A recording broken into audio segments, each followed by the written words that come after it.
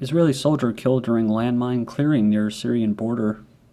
This is from the 21st of May. The IDF soldier was taking part in a standard advanced training course when the old landmine exploded.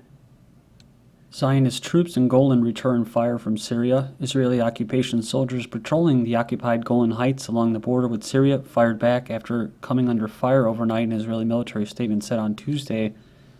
They said overnight shots were fired at an IDF patrol on the border in the central Golan Heights, damaging a military vehicle.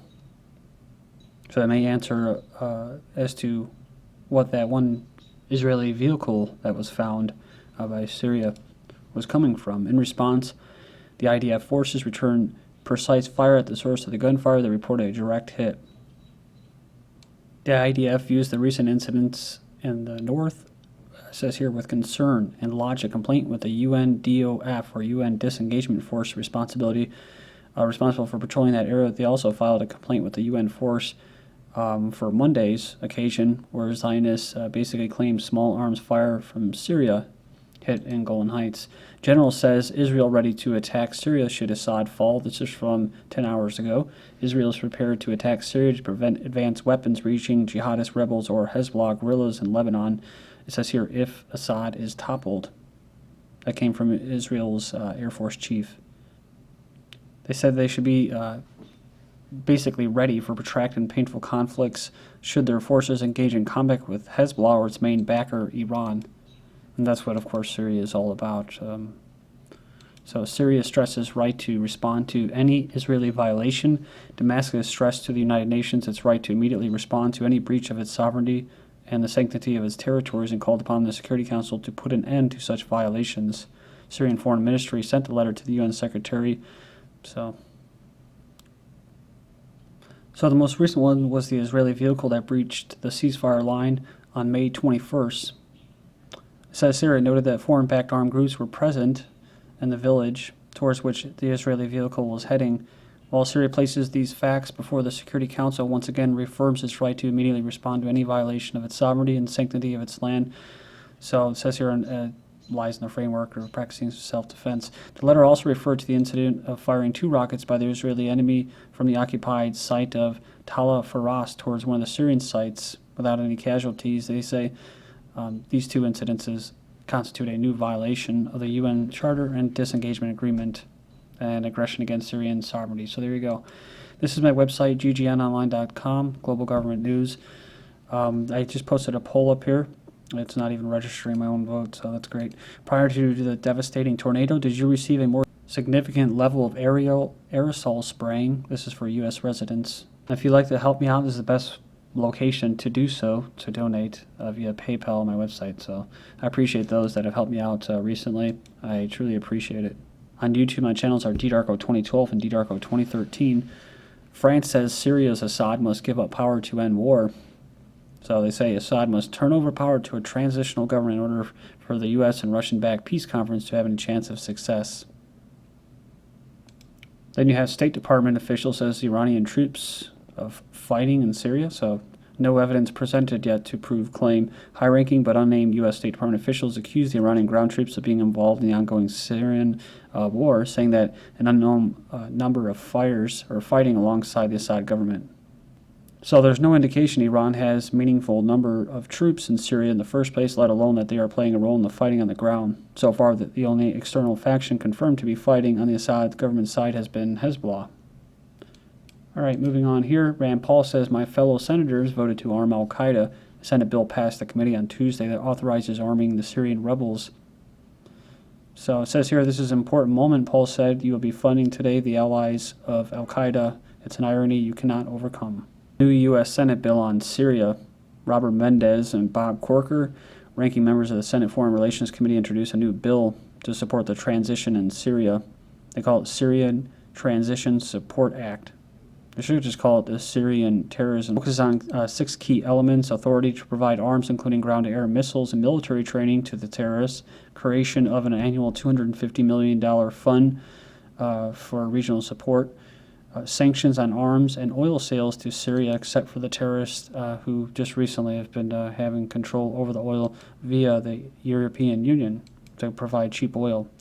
Humanitarian assistance, that's of course to create refugees. They've created a lot of them. And all these rich Gulf states, including the U.S. and the U.K., are going to provide all these refugees to leave Syria, so then Syria will never, be the same. And then they can flood into other countries, which is part of the goal as well. Coordination between the government and Congress for the Geneva II conference. So it says here that it'll allow for sanctions removal once a transitional government is in place and chemical weapons are secured. So once they're unable to defend themselves, they're going to go ahead and put in this puppet regime so they can start looting resources like they did in Libya. U.S. UN urged Gulf states to donate more for Syrian refugees. So there you go. It's nice to use the Hegelian dialect where these people, the U.S. UN, are actually creating the humanitarian crisis, but they get to go in there and be humanitarians. So, and like I said before, it fulfills a global agenda of relocating people. Austria says if EU arms Syrian rebels, we will withdraw from the UN mission. So Austria has been one of the most outspoken opponents of the British-French plan to scrap the EU arms embargo on Syria, and is now openly threatened to withdraw from the UN ceasefire monitoring team in Golan Heights. I don't even want to be there if, anyways, they're getting kidnapped by the terrorists that the U.S. is supporting. Syrian army detains French, British, Belgian, Dutch, Qatari officers. So, it says here, a representative from the Socialist Party in Lebanon's parliament told Al-Nasra newspaper that during the battle in the Qusayr city, Syrian army has arrested tens of French, British, Belgian, Dutch, Qatari officers. The EU's anti-terror chief said in April that hundreds of Europeans are now fighting with rebel forces in Syria against Assad's government. So, of course, they say, that they're concerned that some could join groups linked to Al-Qaeda and later return to Europe to launch terrorist attacks. Well, that's what they'll do. Not all of them are radical when they leave, but most likely, most of them will be radicalized and be trained. So, Syrian rebels threaten to wipe out Shiite Alawite towns. This is the thing. This is why I don't call it a Syrian civil war. I wish other people wouldn't, even in alternative media. Like Morris said, I agree with him completely. I hate that word, that term, Syrian civil war, because it's anything but a civil war. These are foreigners that have invaded a sovereign nation. So that's what it is. Syrian rebels, happening in Libya too. Syrian rebels threaten to wipe out Shiite and Alawite towns. And of course they'll say sectarian violence, which is true to a certain extent. But communities inhabited by Shiite Muslims and Assad's Alawite minority will be wiped off the map if the strategic city of al-Qusseir in central Syria falls to government troops. We don't want this to happen, but it will be a reality imposed on everyone. Said it's going to be an open, sectarian, bloody war to the end. This is a spokesman for the Free Syrian terrorists. Syrian rebels in trouble. German intelligence sees Assad regaining hold. Not even a year ago, German intelligence predicted Syrian autocrat Bashar al-Assad's regime would soon collapse. But now the agency instead believes the rebels are in trouble. Government troops are set to make significant advances, it predicts. So they've changed their view. Of course, again, they call it a civil war. So it says here they possess effective supply lines to ensure sufficient quantities of weapons and other material, along with fuel supplies for tanks and military aircraft, are once again available. The new situation allows Assad troops to combat spontaneous rebel attacks and even retake positions that were previously lost. German intelligence does not believe that Assad's military is strong enough to defeat the rebels, but it can do enough to improve its position in the current stalemate. And speaking of stalemate, it goes on here and it says that the fighters on the ground simply do not recognize the political leadership. So there's no functional chain of command between opposition leaders abroad and the militias inside Syria. Then we have Syrian National Coalition opposition fighters across country to rush to rescue of Qusayr. So the so-called Syrian National Coalition urged on Wednesday these opposition fighters across the country to rush to the rescue of militant stronghold al-Qusseir and appeal to the international community to go beyond expressing concern to action. It says revolutionary battalions and the Free Syrian Army rushed to the rescue of Qusayr and Homs. The Arab League just hosted a emergency meeting over Syria. This guy also urged the UN Security Council to convene an emergency meeting. Battle for Qusayr, the first stage ended successfully, second stage launched. It says here army units were able to restore security and stabilization to one of this Qatari farm. It says here along with chasing militants in the town of Qusayr countryside. Also in the border town, tunnels have been detected in the western quarter used by terrorists to move and store weapons and ammunition, in addition to dismantling dozens of IEDs planted by these terrorists inside citizens' homes and on public highways in the city to prevent the progress of the Syrian courageous army. Of course, this is coming from Lebanon, so. But it says Qusayr city lies on the northern Syrian border with Lebanon, where terrorist groups and armed opposition gunmen are located. That's why it's such a strategic location. Militants from Lebanon were detected Tuesday entering the Syrian territories to fight by the side of terrorists against the regular army. However, many of them were killed. The Syrian army launched on Sunday a large-scale operation to clear the area of terrorist gangs and liberate the citizens stuck there. This makes you wonder, where, if it's coming through Lebanon, where is it coming from into Lebanon? Israel, maybe? British Foreign Secretary accuses Iran and Hezbollah of shoring up Syrian President Assad, or Assad's government. It says it's very clear the Syrian regime is receiving a great deal of support from outside Syria, from Hezbollah and Iran. So he says that this is a regime that is increasingly dependent on external support. Lastly, the regime is being propped up by others outside, further undermining its legitimacy. So this individual, that's a good way. I guess that's my most polite way of saying that individual. I have many other descriptions for him, but he's gonna tell a sovereign nation that they're illegitimate. Isn't that funny?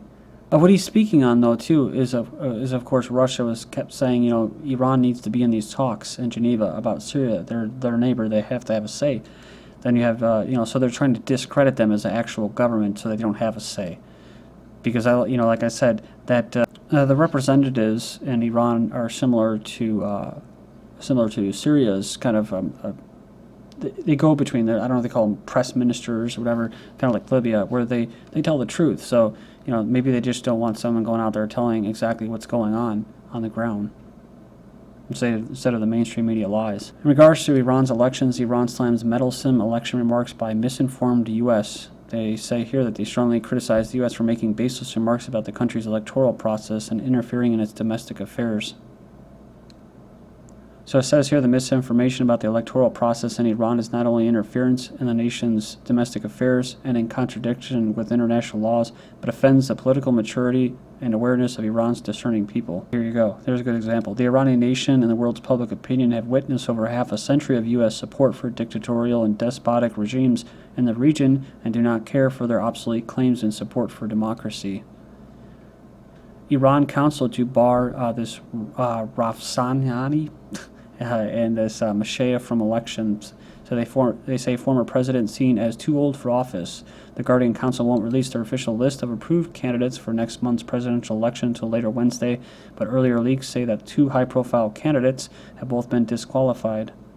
So this Rafsanjani is nearing his 79th birthday. Previous Iranian election laws specifically bar candidates over the age of 75. The other guy, Mashaya, was actually talking openly about separation of mosque and state, setting up as the role of the radical challenger of the status quo. So it says here, experts say it would be unusual for the final list to exceed 8 candidates this time around. There are over 400 have applied. Most of those are dismissed for simply being too obscure to have a chance or being too similar in position to another high-profile candidate. So, an effort to make the first vote and any subsequent runoff votes less messy. At the same time, the council also disqualifies people for religious or philosophical positions they believe are incompatible with the office. The obvious frontrunners believed to be Saeed Jalili, Iran's top nuclear negotiator and close ally of Ayatollah Khomeini. So, Iran's conservative clergy had enough of the Ahmadinejad era and was believed to be looking for a more straightforward ally to the supreme leader.